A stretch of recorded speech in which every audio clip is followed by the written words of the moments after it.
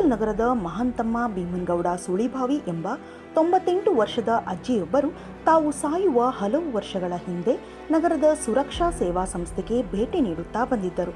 ಸುರಕ್ಷಾ ಸೇವಾ ಸಂಸ್ಥೆಯ ಮೂಲಕ ಹಲವರು ದೇಹದಾನ ಮಾಡುವುದನ್ನು ಗಮನಿಸಿದ್ದ ಈ ಅಜ್ಜಿ ಸ್ವಯಂ ಪ್ರೇರಿತವಾಗಿ ದೇಹದಾನಕ್ಕೆ ಸಹಿ ಹಾಕಿದ್ದರು. ಅದರಂತೆ ವಯೋಸಹಜ ಕಾಯಿಲೆಗಳಿಂದ ಬಳಲುತ್ತಿದ್ದ ಅಜ್ಜಿ ಇಂದು ಮುಂಜಾನೆ ಇಲ್ಕಲ್ ನಗರದಲ್ಲಿ ಸಾವನ್ನಪ್ಪಿದ್ದರು.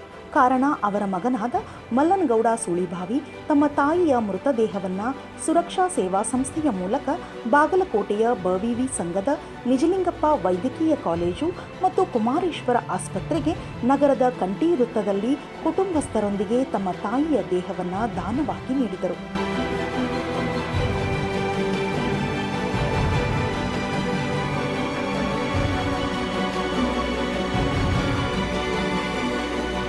ಈ ಸಂಬಂಧ ಅಜ್ಜಿಯ ಮಗನಾದ ಮಲ್ಲನಗೌಡ ತಾಯಿಯ ಸಾರ್ಥಕತೆಯ ಬಗ್ಗೆ ಮಾತನಾಡಿದ್ದು ಹೀಗೆ. ನಮ್ಮ ಲಿಂಗೈಕ್ಯದ ನಮ್ಮ ತಾಯಿಯವರು ಅಂತರು ಮಹಾಂತವ್ವ ಭೀಮನಗೌಡ ಸುಳಿಭಾವಿ ಅಂತ ಅವರು ಅಮಾವಾಸ್ಯೆ ಸಂಸ್ಥೆಗೆ ನಾವು ಹೋಗುವಂಥ ಒಂದು ಪ್ರತಿ ಸಂಡೇಗೊಮ್ಮೆ ಹೋಗ್ಬೇಕು ಸೇವೆ ಮಾಡ್ಬೇಕಂತ ಮಾಡ್ತಿದ್ದೀವಿ. ಮಾಡೋ ಹೊತ್ತಿನಾಗ ಅವರು ತಮಗೆ ಅಲ್ಲಿಂದ ಎಲ್ಲ ನೋಡಿಕೊಂಡು ನಾ ಇಲ್ಲಿ ಮಣ್ಣಾಗೋರು ನಂದು ಏನಾಗುತ್ತೆ ದೇಹ ಮತ್ತೊಬ್ಬರಿಗೆ ಪರೋಪಕಾರ ಆಗಿ ನಾನು ಸಮಾಜ ಸೇವಕ್ಕೆ ಒಂದು ಇದಾಗ್ತದೆ ಅಂತ ಹೇಳ್ಕೊಟ್ರೆ ನಾನು ದೇಹದಾನ ಮಾಡ್ತೀನಿ ಅಂತ ತಾವ ಮನಸ್ಸಾಗಿ ಹೇಳಿದ ಮೇಲೆ ಅದನ್ನು ತನ್ನ ಇದ್ರ ಮೇಲೆ ಮಾಡಿದ್ದೀವಿ.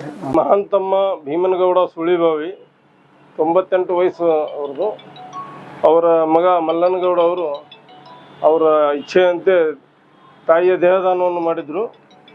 ಅವರು ನಿನ್ನೆ ರಾತ್ರಿ 9 ಗಂಟೆಗೆ ತೀರ್ಕೊಂಡ ನಿಮಿತ್ತ ಇವತ್ತು ಅವರ ದೇಹದಾನವನ್ನು ಬಾಗಲಕೋಟೆಯ ಬಸವೇಶ್ವರ ವಿದ್ಯಾವರ್ತ ಸಂಘದ ದೇಹದಾನ ಸಂಸ್ಥೆಗೆ ಇವತ್ತು ನೀಡಲಾಯಿತು.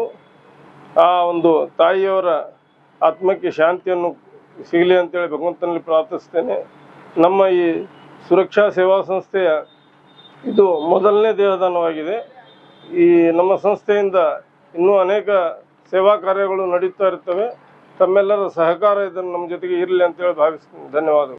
ಈ ಸಂಬಂಧ ಓದಲು ಬರೆಯಲು ಬಾರದ ಅನಕ್ಷರಸ್ಥ ಅಜ್ಜಿಯೊಬ್ಬರು ದೇಹದಾನಕ್ಕೆ ಮುಂದಾಗಿ ಯುವಜನತೆಗೆ ಸ್ಫೂರ್ತಿಯಾಗಿದ್ದು, ಸಾವಿನಲ್ಲೂ ಸಾರ್ಥಕತೆ ಮೆರೆದ ಈ ಅಜ್ಜಿಯ ನಿರ್ಧಾರಕ್ಕೆ ನಗರದ ಹಲವರು ಪ್ರಶಂಸೆ ವ್ಯಕ್ತಪಡಿಸಿದ್ದಾರೆ. ವಿಜಯ ಧ್ವನಿ ನ್ಯೂಸ್, ಇಲ್ಕಲ್.